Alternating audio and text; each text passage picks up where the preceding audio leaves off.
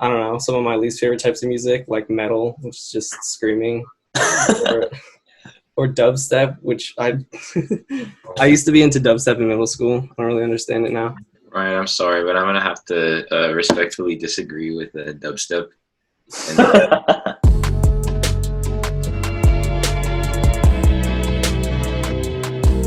Welcome back to another installment of the High School Perspective.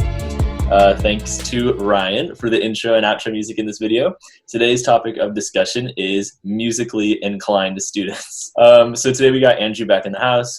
You guys have seen him from, I think, 2 of the other podcasts. If correct me if I'm wrong, but I think that's right. And then we have 2 new faces. If you guys would like to introduce yourselves. I'm Luis. I'm Ryan. So yeah, musically inclined students. Luis, you don't go to the same school as us, but you are very involved with music. Ryan, you do go to our school, me and Andrew's school, and you are also very involved with music yourself, but in kind of a different way. So just for those that don't know, can you guys explain your musical background?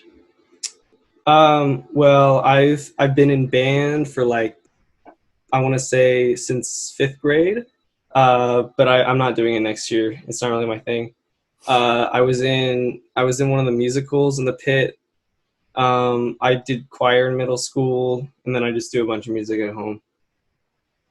For me, I've played piano since I was a little kid, and then I kind of stopped. And then in high school, I joined the musical on stage, and I am in choir now, and I'm also taking piano lessons too. so from I think all of middle school, I played in orchestra. Like I played the viola, and I did not know that. yeah, surprisingly, a lot of people didn't know that and don't know what viola is. Like, it's just like a violin. It's basically a violin, but just like lower pitch, I guess. I don't know.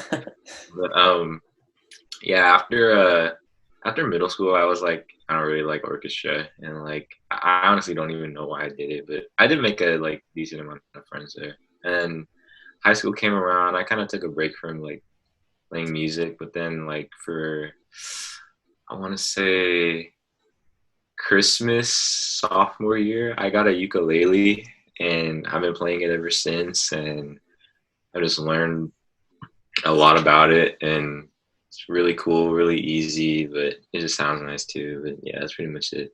So for those that don't know, I'm pretty sure most of you guys have very musical families, and your guys' like I guess background, I guess sort of like resembles like kind of what they've done when they were around our age. So can you guys explain like how like involved with music that your family has been, and do you guys still think that you would be interested in music like now if it like hadn't been like for your families? Well, my dad has been playing piano for a long time. This is actually his keyboard next to me. He's been playing piano for a while, and he does it as a career. He does like jazz gigs all the time. And my mom played clarinet in middle and high school, but she stopped playing clarinet until she got bored in quarantine and started playing a bunch. That's about it. For me, my dad is like a Beatles super fan.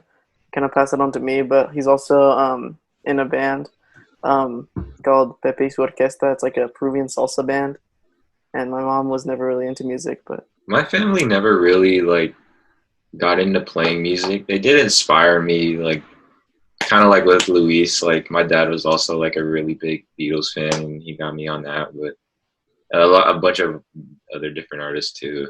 But like they never really played anything or did any kind of like choir, orchestra, or band. So I feel like, yeah, like I feel like I still would be like interested in being like musically inclined even without my family having that experience. Yeah. So, you know. And then what kind of music do you guys listen to nowadays? I listen to everything that I think sounds good. Mostly like hip hop and R&B are my 2 favorite genres. But I've started kind of getting into jazz like my dad. I think it's a good genre. Yeah, same. I like a lot of stuff. I like hip hop. I like R&B as well. Classic rock, and I guess like musicals, like Broadway stuff, among others. I think yeah, I'm probably me and Ryan are really very much into hip hop. We have a very like similar taste there, and like listen to a lot of the same artists. But yeah, R&B, just classic rock, like Luis said, reggae. Um, I can't name a lot of different genres off the top of my head, but In your guys' opinion, what do you think is the best genres of music and some of the worser genres of music? Ooh, I have a lot of genres that I think are the worst. But in terms of best genres, I really like. I think probably hip hop because it's so diverse. Like there's pretty much like every single like there's so many different styles of hip hop compared to like I don't know some of my least favorite types of music like metal, which is just screaming, or, or dubstep, which I I used to be into dubstep in middle school. I don't really understand it now. Um, or country. I know a lot of people like country. I just don't. It's too hillbilly. It's not my thing. Yeah, I don't know. I like hip hop as well. There's like Ryan said, there's so much stuff. Like if you listen to like even one artist can have two different songs that like almost sound like nothing alike. You know what I mean? And that's what I like about hip hop is that there's so much diversity within it. And then yeah, like rock, there's alternate rock, and there's like you know, some people like heavy rock stuff like that. But. Ryan, I'm sorry, but I'm gonna have to respectfully disagree with the dubstep. And I can't disrespect, I can't disrespect my childhood like that, man. I literally have like a whole Spotify playlist just dedicated to this dubstep I used to listen to in like middle school. But, Did you listen to Monster Cat? of course, I used to love Monster Cat. There was this one YouTube video. I don't know if you guys. I think Ryan actually showed it to me. It was like I think it was like a Watch Mojo thing. It was like top 10 like dubstep channels, and Monster Cat wasn't even in the top 10. It was an honorable mention. Yeah, I was like, so what the hell? Because that was like the only one that people knew about. I was like, yeah, I hadn't heard of any of the other channels besides Monster Cat. Wasn't that like also what Captain Sparkles would put like in his videos? Yeah. He always used Monster Cat for his outros. Always Monster Cat. I guess that's probably why I knew about it.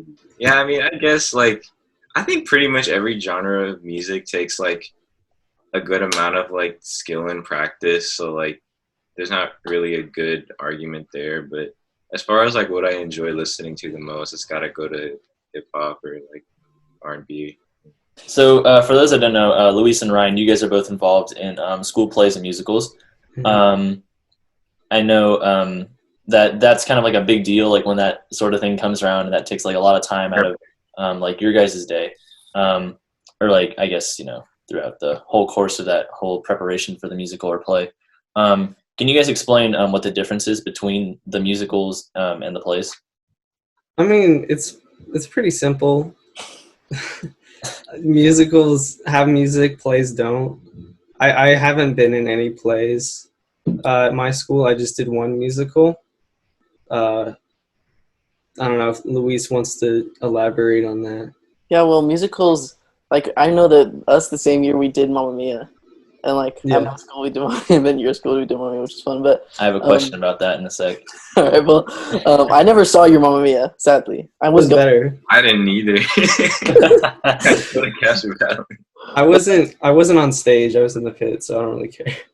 Well, like, I kind of still wanted to watch it, like, see competition. Yeah. But for plays, like, there are some plays that have music, which is, like, weird. Like, this is one play. It's called Peter and the Starcatcher, and it has, like the libretto. I'm not sure if you guys know what that is, but it's basically like a book, and they usually use it for musicals because at the end it has all the sheet music for like the vocal parts. And so, like my friends did that play once, and I watched it, and it has music in it. So there's like sometimes where the line's blurred, but usually I think musicals have this advantage that like plays don't. And there's this guy, Howard Ashman. He died, but he explained it really well. Like musicals, like when there's too many emotions in the play to act it, you have to like sing it. And then when there's too many emotions to sing it, you have to dance it. And that's the guy, Howard Ashman. He like wrote Aladdin and like Beauty and the Beast and Little Shop of Horrors and some other stuff that's like really Ariel, Little Mermaid. Mm. So, yeah. Ryan, can you explain kind of what you do in the pit for the musical? Well, I'm in the percussion section. So me and this other kid named Seth, pretty much we were given like a bunch of percussion instruments, and we had to decide like who was gonna play what where. So like on one song, maybe I'd play the xylophone and he'd play the bongos, or I'd play the triangle and he'd play like the tambourine or something. And then like every song, we just kind of rotate around to make sure that we both like kind of played a little bit of everything. But he's a lot better than me. I think he's going to major in music at UCLA. So he's like, Oh, wow. But Mr. Hendy, I initially didn't want to do the musical. I didn't like not want to do it, but I wasn't planning on doing it. And then the band teacher asked me if I wanted to do the musical along with Seth. I couldn't really say no, so I just did it. Yeah, it was fun. I liked it. So I know how plays and musicals, they have understudies for like the main parts, like for the actors and for the performers. But does the pit do the same thing? Because I think you told me that one time someone had an illness and they still had to go and do percussion. Yeah, it was Seth. Yeah. Seth was sick one time, and he brought 2 pairs of sticks and 2 pairs of mallets for every single instrument, so we wouldn't use the same ones. He was like really sick too. I told him that I could try to cover for him, but he was like, "No, I have to do this." I was like, "Okay." If I was sick, then I wouldn't go, but I would tell the band teacher that I couldn't make it, but he still stuck it out, and I respect him for that. Gosh, that's because what did he have? You said he had like strep throat or something, right? He had something. I don't remember what he had. He had something bad though. Gosh, I don't know why man. he did it. And then for Luis, you are a performer. You're not in the pit, but I feel like you have some idea about what they do in the pit. From your experience being a performer, can you explain sort of like the different roles you've had through the years and maybe your favorite one? Oh shoot. Yeah, well, I've had a few roles in my day.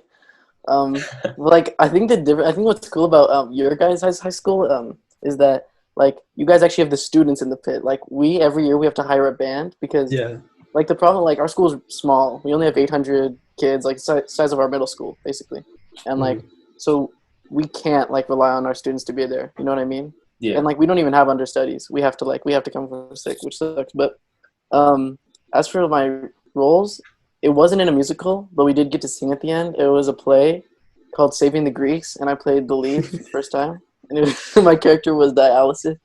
It was like a joy to play because he's just the worst guy ever. Like he's a terrible person, but like he wants like to make the world a better place. It's like funny. My favorite role of yours, I don't remember what the name was, but it was the guy who always said Chani. Yeah, that was from that was Dr. Einstein. That was from Arsenic and Old Lace. It's like an old show from like the 30s, but it's pretty popular among the play community. That's fire. So let's talk about one of you guys had mentioned Mamma Mia, and that play was, I'm sorry, the musical that was chosen to do at both schools, Luis's and then me, Andrew, and Ryan's. So I think out of all of us, was I the only one that saw both of them? I saw both of them. Oh, you did see both of them. I saw it.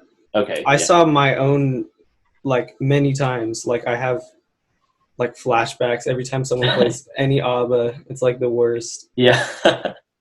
So me and you both saw both of them. But do you guys remember like knowing like that both of the schools were doing that? And how did it feel? Like was it like a competition at first, or was it kind of chill? Like no one really cared. Well, at first I thought it was a joke that Moreau was doing Mamma Mia because it was like, what are the odds?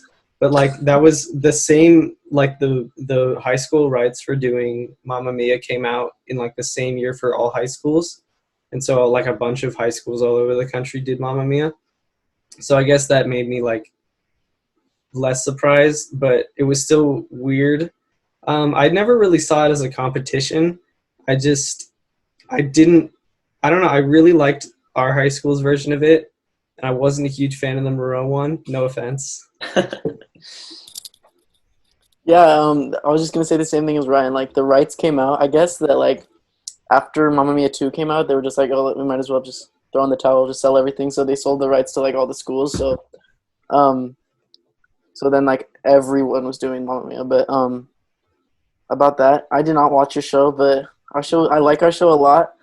The like, we have obviously way less students, and so like the what is it called like the amount of talent that we have is like based on like whatever 40 kids we choose. Like, let's say let's say 50 kids audition for the show, and then like 45 get into our show. But then like for their high school, let's say like 100. But you know what I mean? Like there's like 50 kids who are less talented that are gonna get cut, and so like basically no one to get cut from our shows, and so like we have to just take everyone. So that's partially why like. And also, our stage isn't as good. We don't have a fly system and stuff like that. But it's just the opportunity that makes it good. So I know how like long sometimes like these shows take to prepare, and how like stress inducing it is like on some of the performers, like to learn all like the lines and like the songs, and even for the pit like to practice like constantly like throughout the day. And you know, there was like the whole thing about like, you know, I've heard like band has to practice like constantly like with one break a day with like 9-hour practices or something. Can you guys explain a little bit about the process for like preparing for a big show like these ones? Well, the 9 hours a day with one break, that was with marching band, which was the worst. I'm never doing that again. But with Mamma Mia, it was like every Saturday, like I think a 2-hour practice every Saturday. And then like the week before the shows, we had like really long hours after, like pretty much after school until like 10. So we had like really long hours with the actors, and that was intense. And I wasn't planning on doing the musical this year, but it got canceled anyway. So yeah, I guess like when we hire professional musicians, they're really not in there much. Like we get I forget what it's called, but there's like this day where you just sit with the band and you do a complete run through, all vocal parts and you just sit there and you just sing the whole show. And so, like they're kind of I guess they're like professionally trained enough so that they can like just receive the music and then come with it ready. They don't really need like practice hours, or if they do, like we're not there for it. And then yeah, like there's always Hell Week, which is the week before the shows. And so for us, that schedule is from 5 to 11, and then you just basically stay at school from 3 to 5. But you know, it's all worth it at the end just to have the show. So. Mm-hmm. And then, in your guys' experience, seeing a musical or seeing a play, I guess this is more for Luis because he's seen and like been in more of these. What makes the musicals or plays like what makes one good, and then what makes one like god awful? Well, it's writing, storytelling. It's really storytelling. If you ask any director, even music directors, like choir directors, like you'll ask them, "Oh, so what's the point of this?" They're like, "Oh, we're here to tell a story."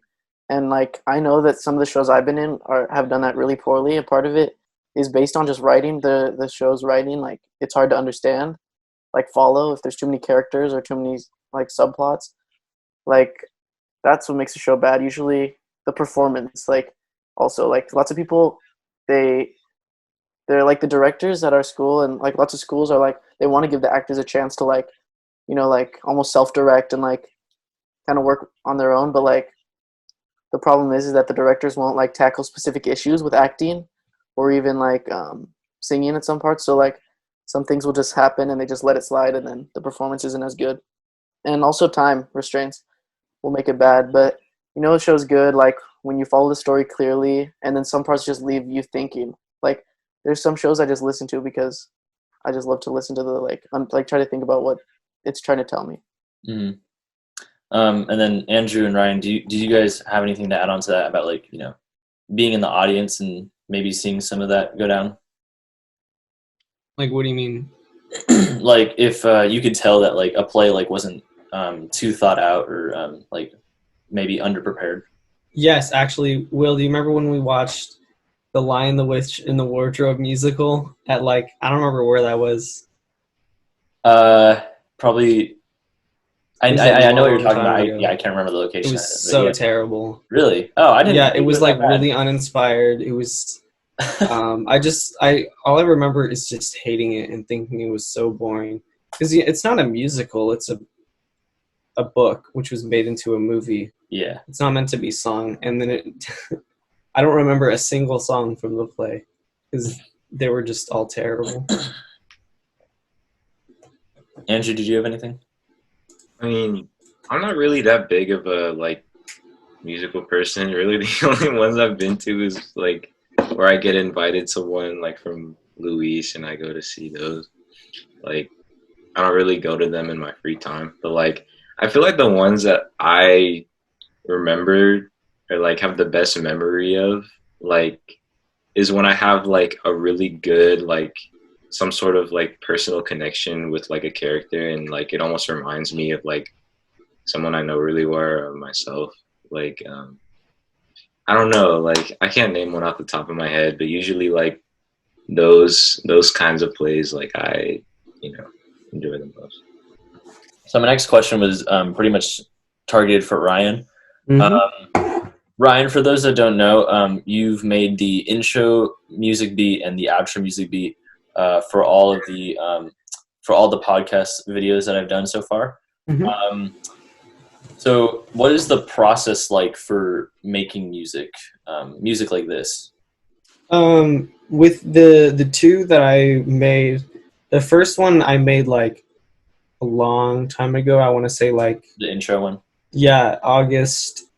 I want to say like August 2019, maybe September. So like half a year ago. Pretty much, I think I found the song part on Reddit, and then just put drums over it. The other one that I made for the outro, I put a lot more effort into.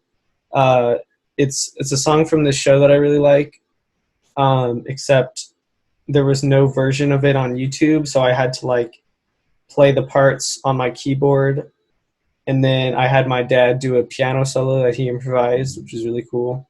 And then I added some effects. I had some drums over it. Yeah, that's what I do with most songs. I find a sample. I add like a melody, a bass line.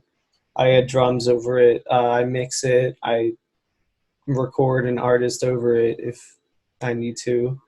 You're saying that the sample usually comes first, like before any of like the added beats and all that.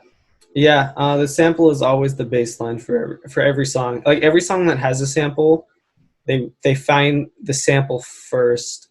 Like I'll sometimes just like look through like YouTube playlists of like jazz music and just find one that like would sound good with like a drum beat and with like other added instruments, and then I just try to figure it out in my head. Uh, or I try to change the key to see what sounds best. What's your inspiration behind making all the beats, and like how old were you when you kind of started getting into this? I was, I want to say, I think, well, I started listening to hip hop when I was, I want to say 13 or 14. But then I really started getting into percussion, no, not percussion, production when I was 15. And I've been doing it since then. It's what I want to do as a career. Um,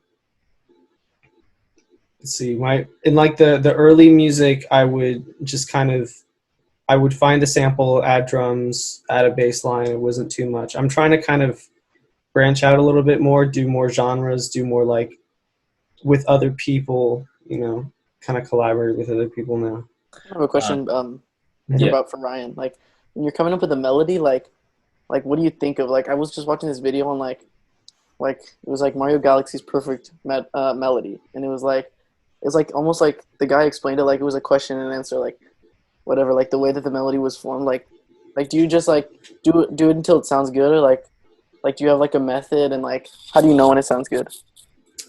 I don't really know when it sounds. I mean, I know when it sounds good is when I like hearing it. I think if I make a song that I think other people will like, but I don't like it, I usually just don't go through with the project. But for melodies, a lot of them I find off of like YouTube or something. But the ones that I've written, I just try to keep it simple because I know that like a complicated melody, people will get like lost and not know like how to sing along or whatever. I want to make something that's catchy and just kind of simple, not too many notes. Something like like that. Mm-hmm. And then I had a question, kind of for Ryan and Andrew in a way. Mm-hmm. Andrew, you've kind of collabed with Ryan in a way. You guys have made a ukulele beat together. How was that experience for you? It was cool. Like I kind of like before like hitting up Ryan, telling him that I got like a nice melody for a beat. Like I already like was like on my bed just playing my ukulele, trying to figure out like what would sound cool. And I actually get a lot of like inspiration for playing the ukulele from this dude on Instagram named Einer Banks. I don't know if you guys have heard of him or seen him before, but he basically like meets up with a bunch of like really big name artists. Like I can't name them all right now, but if you saw him, you definitely like recognize them. But he does a lot of acoustic versions of just hip hop songs, and I think it's really cool. Like it comes out sounding really good too. But usually, like I think the one that me and Ryan made together, like I got a lot of inspiration from I want to say one he did with Lil TJ, and I didn't like exactly like copy a word for word, not word for note for note, but I remember I was watching it and I'm like, it sounds nice. Like I want to learn how to play this, and like I kind of tweaked it around a little bit and like tried to hear like what sounded right, what didn't, and then when I came up with something, like I just went to Ryan. And, we got in this studio and we recorded it and just messed around with it, and it came out sounding like really nice. So I think that was a really cool experience. Actually, at first the beat sounded like really bad. It was so bad. Like the first beat that I made. Yeah. And I was thinking about just completely ditching the whole idea, but I was like, no, and then I did it again with the same melody. But then I just completely changed everything about it, and it sounded a lot better. The keys. Yeah, the first beat had like a piano that I added in it.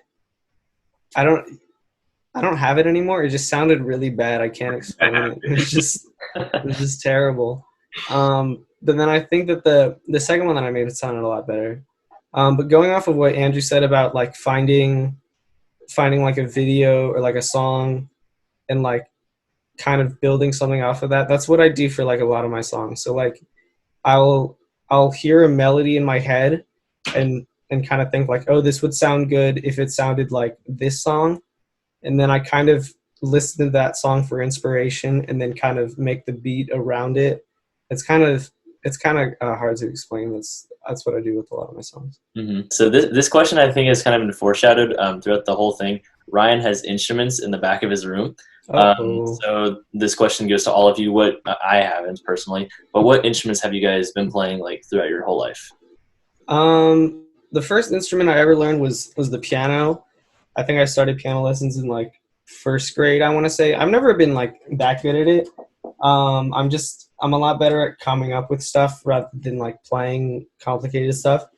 The guitar I started learning in quarantine, and I've been like trying to learn some songs, but like I don't know. I'm kind of waiting for like this whole thing to end to like do private lessons or like try to take a class on it in school.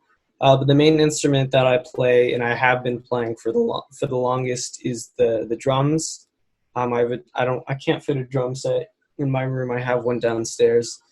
I've been playing that for I want to say since sixth grade, and I think I've gotten pretty good at it. I'd say for me, just piano really. That's like about it.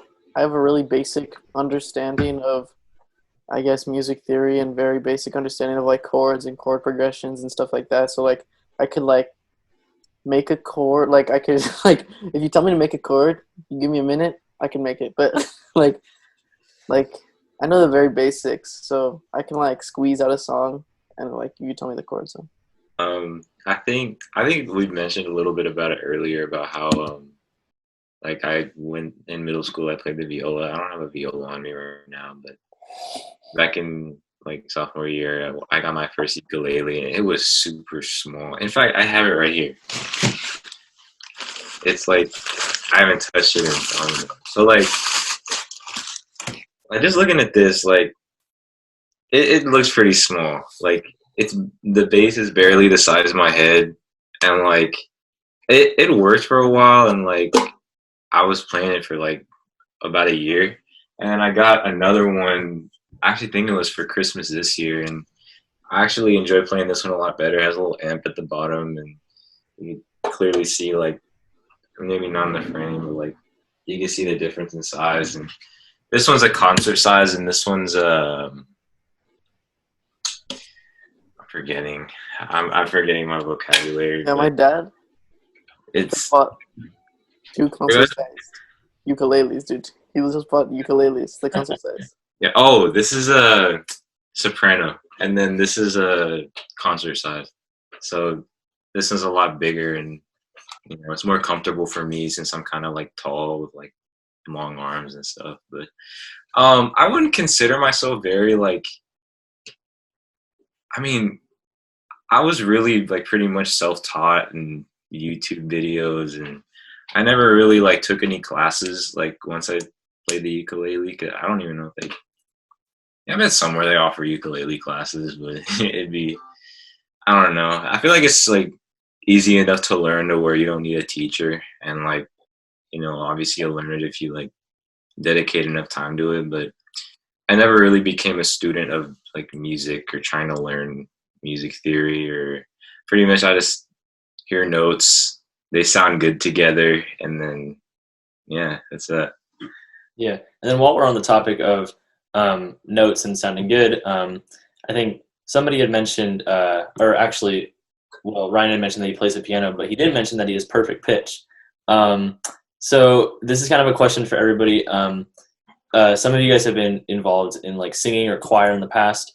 I think me and Andrew are the only ones that haven't been involved in like that kind of like organized singing. Can you guys explain your vocal range and like how vocal range works? I mean, I can tackle that if you want. Dude, I have enthralled myself in just like vocal ranges. I know Will here is and Andrew are both basses. Will is one of the most impressive basses I've ever seen. I'm not joking. Like he can sing so low. I'm in my choir. I'm a bass, and that's only because I can't sing high. It's not because I can sing low. It's because I can't sing high, and lots of the stuff is too low for me. But I've heard Will sing like the lowest notes, like growling, like perfect. It's amazing. I'm And like pretty sure the lowest growl note I've ever hit is an A. And then, exactly like that's extremely low. Like for me, my lowest note is like an A flat, so he's an octave below me. Like oh god, okay. I didn't- like that's insane if you don't understand. But like and like I've also studied more like the top of the range. So like when I was a freshman, top of my range was like an E. Like I couldn't go higher than an E. Like above middle C. And then now I can hit like a G above middle C, which is like better. But like when it comes to that, like person who can hit like to like an A above, and maybe a B flat, they're a tenor. And then people who can get like an F, and then like down to the A flat is like a baritone. That's like my range. And then people who can hit from like kind of like all of that, then down to like around E or F or D is a bass. And so like I'm placed in bass, but I'm really a baritone because there's not really baritones in choir. But yeah, that's really interesting. Like I kind of struggled a lot trying to hit that G because if you listen to any musical, like if you want a good role, like almost always the high note's a G. Almost always. There's some exceptions where the tenor is higher than that. Like in this recent one, Urinetown, A flat, and then Newsies, it's an A. But most of them, they cap out at G. And so if you can comfortably sing a G, you're kind of in the clear to get a lead in like most shows. So that was like my goal for the last like 3 years. But I don't really have perfect pitch or anything. Like I can remember like the start of a song well enough so that when I'm like singing in the shower, I know what an F is, I know what a G is, so that I can know that I'm hitting the notes. but I can't like tell you if someone says play a G or like sing a G. I couldn't just do it. I'd have to think about it. In middle school, I had a really high pitched voice the whole time, and I was always like insecure about my lowest note. That's all I thought about every time I was in choir. I think in middle school my lowest note was a G, but an octave higher. So, like the one a couple steps below middle C. My highest note, I have no idea. I could like screech really high notes. And then somewhere between 8th grade and freshman year, after I was done with choir, that's when my voice started to drop. But since then, I have no idea what my lowest note is now. I could probably find out though. Okay, y'all can skip me. I have no idea. I was kind of blanking on what y'all said, honestly. Like I was just looking down at the like, I've really been playing this thing for like barely half a year, and you know, I don't know. I'm not very musically educated. Don't judge me. You may not be, musically educated, but you do write sometimes for music, and that's something that I think people don't understand all the time, because that's honestly one of the most impressive things I've ever seen you done. You can write something so fast, or be able to write like at school or whatever at home, and then bring it like to Ryan. I've seen it in person, and be able like to spit a bar that's faster than like any of us could do, and the rhyming scheme is more impressive than anything that I've like personally seen like in person before. Can you like explain like the writing process when you're doing this? That's a good question. That was a big build-up. I'm sorry about that. That's fine. Okay, so I really don't know where to start. Like, I honestly don't exactly remember when I started like really getting into like writing music, but I know it was sometime before summer before this year.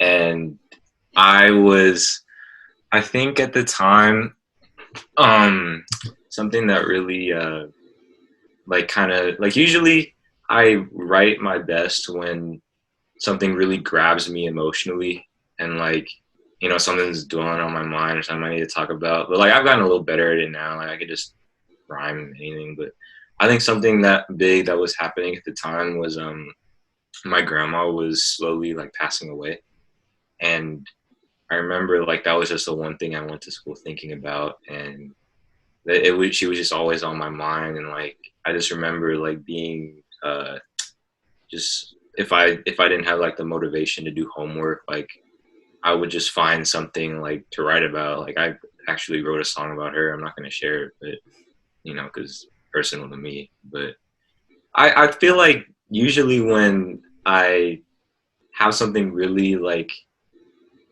something that really grabs me emotionally, I know I used that earlier, but if something's really like on my mind like that, I feel like I write my best. I have the best like rhyme schemes, and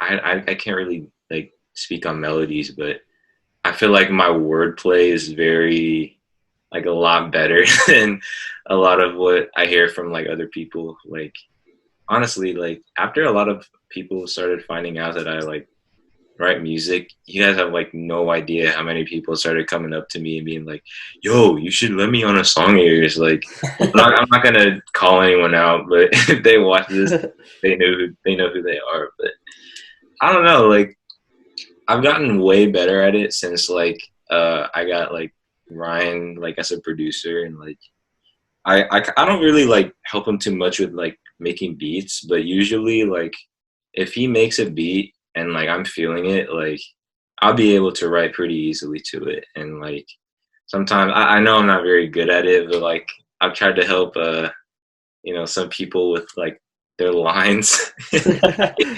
And I don't know, like like usually like if someone asks me to like help like ghostwrite for them, I think it's difficult because I have a hard time wanting to portray like myself as them, and like I don't know, maybe it just like it's because it doesn't feel like genuine or something, but I feel like you know it's cool when like I'm able to come up with like my own stuff and stuff that describes me. But sometimes I'll just be like writing lyrics, just like talking about something random, and I don't even know how we came up with the name Adamantum. Like I don't know who came up with it, or it just sounded cool. Yeah, it's a really cool And name. yeah, but I've surprisingly I haven't been writing a lot of music lately. Like I guess there's just nothing really on my mind. I feel like a song about quarantine would be pretty boring.